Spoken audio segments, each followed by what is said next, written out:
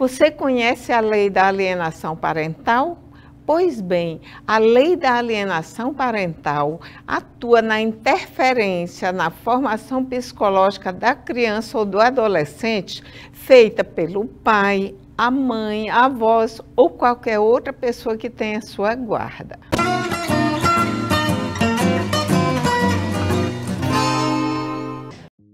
A relação entre pais e filhos é uma das mais importantes na vida de muitas pessoas. Em alguns casos, um dos pais pode ser indevidamente afastado do seu filho ou filha. Isso tem a ver com um fenômeno conhecido na psicologia como alienação parental. Eu sou o André, tenho um doutorado em psicologia, e hoje, com a ajuda do amigo e também doutor em psicologia, Vitor Keller, quero esclarecer alguns pontos sobre a alienação parental e quais são os efeitos que ela pode ter sobre as crianças. Inscreva-se no canal e siga a gente nas redes sociais.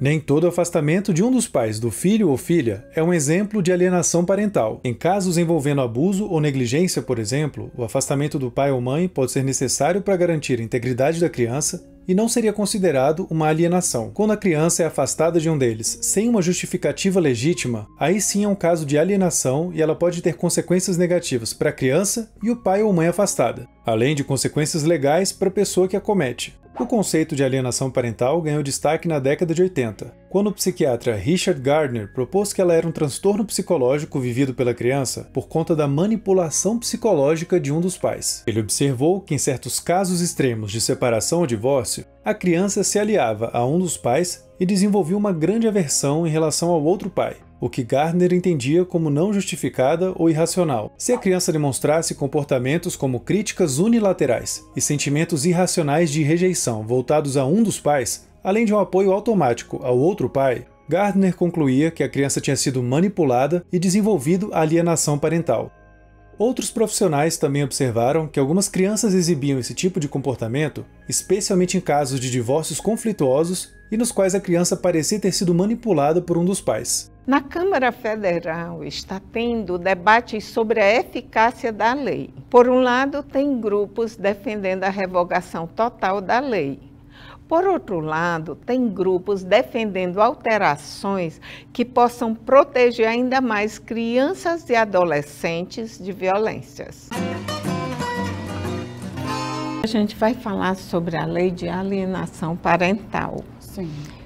Diga aí o que é a lei e o que ela vai estar protegendo. Quem que ela protege? A lei de alienação parental, inicialmente ela foi criada para proteger, né, as crianças de sofrerem ali um tipo de agressão, de violência, de querer um genitor falar mal do outro genitor, né, e colocar essa criança contra o pai ou a mãe, querer induzir essa criança a menosprezar o outro genitor, a não ter confiança, amor, afeto pelo outro genitor, porque ali o genitor que está com a guarda ou o outro genitor que faz a visitação, querer menosprezar, querer falar mal do outro genitor, querer dizer que o genitor despreza a criança, não gosta da criança, maltrata a criança, olha, o seu papai não ama você, olha, sua mamãe não ama você, sua mamãe não vale nada, sua mamãe não deveria estar com você.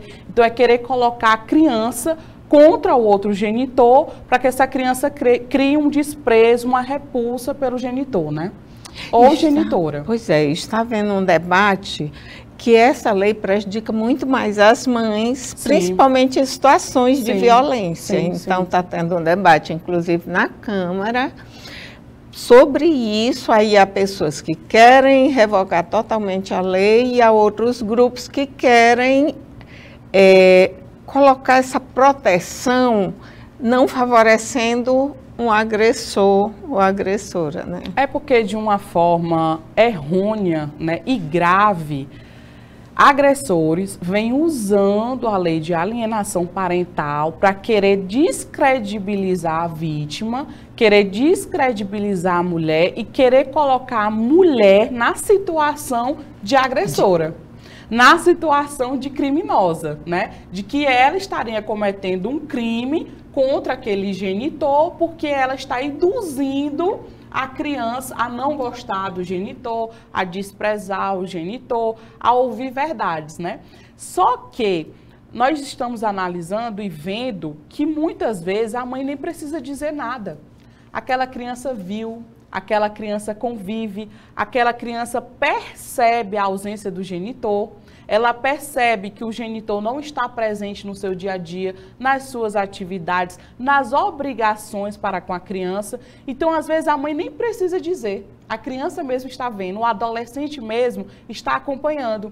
E, às vezes, o que a mãe fala ou diz é tão somente a verdade, né? Nós temos casos lá no escritório em que a mãe fala, olha, o seu pai não veio lhe buscar esse final de semana porque ele não quis. Isso não é alienação. A mãe só está falando a verdade. Não foi buscar a criança porque a prioridade do genitor era ir para uma viagem, era ir para uma balada, era ir para uma festa e não estar com o filho. Isso não é alienação parental. Isso é a mãe apenas contando a realidade para o seu filho. Por não contar com critérios claros e objetivos de diagnóstico, algumas pessoas podem se aproveitar disso para conseguir a guarda do filho indevidamente. Em casos mais extremos, pais que abusam dos filhos podem acusar falsamente o outro pai de ter causado a alienação parental. Através de um processo, esse pai abusivo pode conseguir fazer com que o filho ou a filha seja obrigado a visitá-lo, ou até ficar com a guarda integral dela, a depender da decisão judicial. Crianças podem sim ser influenciadas e passar a ter uma rejeição extrema a um dos pais. Mesmo que não seja considerada de maneira formal um transtorno psicológico, essa rejeição pode ser estudada e se tornar o alvo de intervenções psicológicas, como qualquer outro fenômeno que cause sofrimento a alguém. A rejeição por parte da criança pode ser estimulada de forma proposital por um dos pais, mas também pelos próprios comportamentos inapropriados do pai ou da mãe, por exemplo. Em alguns estudos, aqueles que foram afastados de um dos pais se mostraram mais propensos a desenvolver problemas ligados à depressão, ansiedade, baixa autoestima e um estilo de apego inseguro.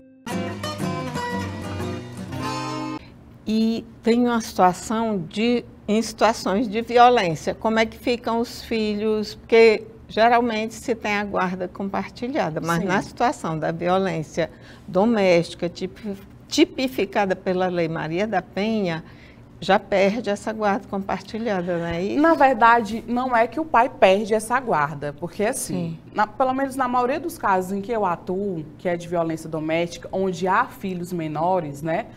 As mães, elas não perdem a guarda. Os pais não perdem a guarda, melhor dizendo. Eles não perdem a guarda por quê? Para que esse pai, ele perca a guarda e a guarda seja unilateral, às vezes é preciso provar dentro do processo que havia agressões diretas às crianças, que o pai também, o genitor, o agressor, também era agressivo e violento com os menores, né? Automaticamente, se uma mãe pede uma medida protetiva, não quer dizer que automaticamente esse pai vai perder a guarda, né? Não é assim que a gente vê na prática.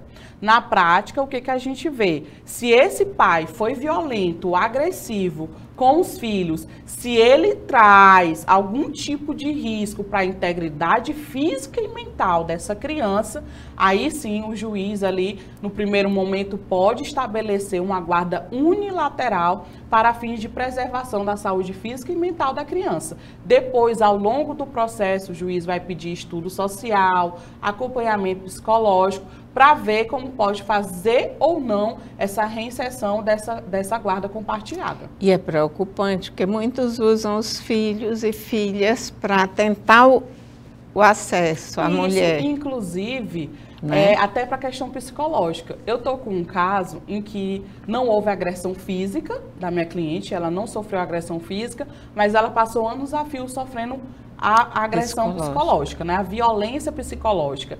E o genitor usa a criança para perpetuar a violência psicológica.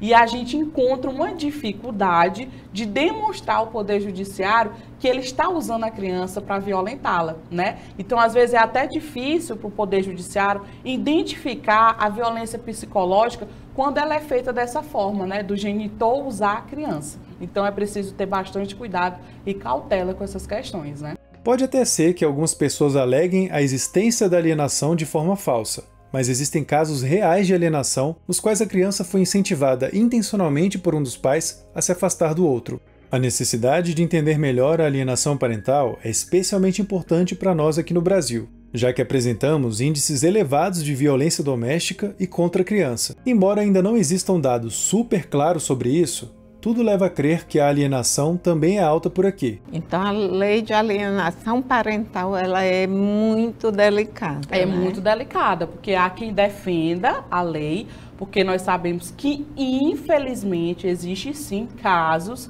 de pais ou mães que se utilizam ali de uma raiva, de uma vingança, né, para querer induzir o filho a não querer ou ter um desprezo ali pelo outro genitor. Mas, ao mesmo tempo, nós precisamos ter cautela. A gente, no direito, a gente brinca muito que é analisar o caso em concreto, né? Isso. Então, cabe ali ao magistrado, cabe ao Ministério Público, cabe ali ao assistencialismo, ao advogado, à Defensoria Pública, analisar aquele caso em concreto e poder identificar se o agressor está usando a lei da alienação parental para querer, de novo, revitimizar a vítima e provocar novas agressões, né? Muito obrigada, Ravena. Gostei muito da sua participação, de tudo que você falou. Estamos aqui disponíveis sempre. Continue aí, a gente volta em 1 minuto.